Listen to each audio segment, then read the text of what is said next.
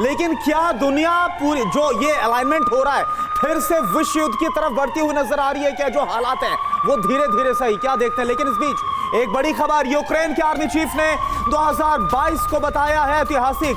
यूक्रेनी army chief Valery ज़ालुझनी का ये बड़ा बयान, 2022 में हमारा पास्ट फ्यूचर सब बदल गया। यूक्रेन का संघर्ष देखकर दुनिया दंग रह गई। जी,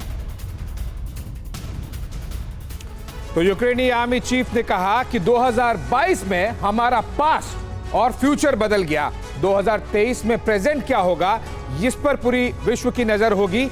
आपको बताते हैं, दिखाते हैं कि किस तरह से 2022 में क्या कुछ हुआ है यूक्रेन पॉइंट ऑफ व्यू। अगर आपको भविष्य जानना है, समझना है, तो जाहिर सी बात है कि जो रीसेंट हिस्ट्री होती है, इतिहास को समझना बहुत जरूरी होता है। और इसीलिए आप देखिए और समझिए कि किस तरह से यूक्रेनी आर्मी चीफ ने क्या बड़ा दावा किया है।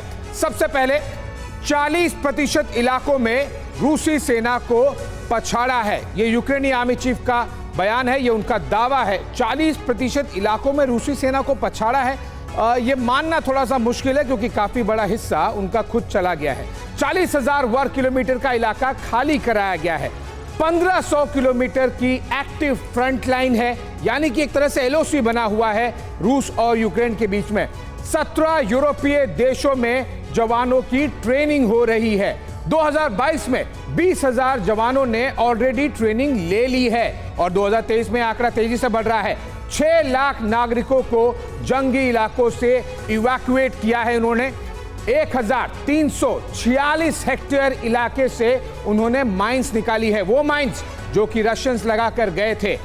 41,800 विस्फोटक डिफ्यूज किए हैं, चाहे वो माइंस हो या फिर बाकी असला बारूद जो कि इस भीषण युद्ध में हर जगह पर आपको दिखाई दे रहा था, उन्होंने उसे न्यूट्रलाइज किया है। जनरल द्विवेदी, ये दावा बहुत बड़ा लगता है, बहुत ही इंप्रेसिव लगता है, लेकिन यही नंबर यूक्रेन की इनएबिलिटी भी दिखाते हैं। ये भी दिखाते हैं कि वो कितने वीक रहे हैं। 2022 से पहले तैयारी नहीं की थी। देखिए, ये अगर आप 2 साल पीछे जाएं या 3 साल पीछे जाएं तो एक वैश्विक बदलाव आ रहा था।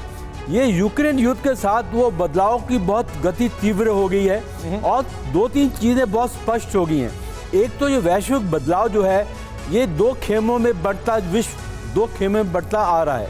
दूसरा ऐतिहासिक, बिल्कुल ऐतिहासिक है, क्योंकि किसी ने भी 24 फरवरी को जब युद्ध शुरू हुआ था ये नहीं सोचा था कि ये युद्ध इतना लंबा चलेगा और सभी के ये तय था कि यूक्रेन बुरी तरह हारेगा और रशिया की बहुत बड़ी जीत होगी। तो इसलिए ये ऐतिहासिक भी है।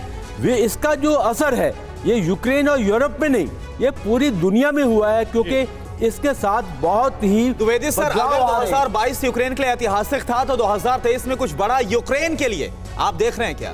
बिल्कुल, वो मिशन क्रीमिया, तमाम अलग अलग बातें बोलता हुआ नजर आ रहा है। देखो, ऐतिहासिक होगा अगर 2023 में भी रशिया को जीत नहीं मिली और रशिया इसी तरह जैसे लड़खड़ा रहा है ऐसे ही चलता रहा, तो मुझे लगता है कि पुतिन साहब के ऊपर एक बहुत दबाव आएगा और शायद तब्दीली हो सकती है रशिया के अंदर और युद्ध का आकार बदल सकता है।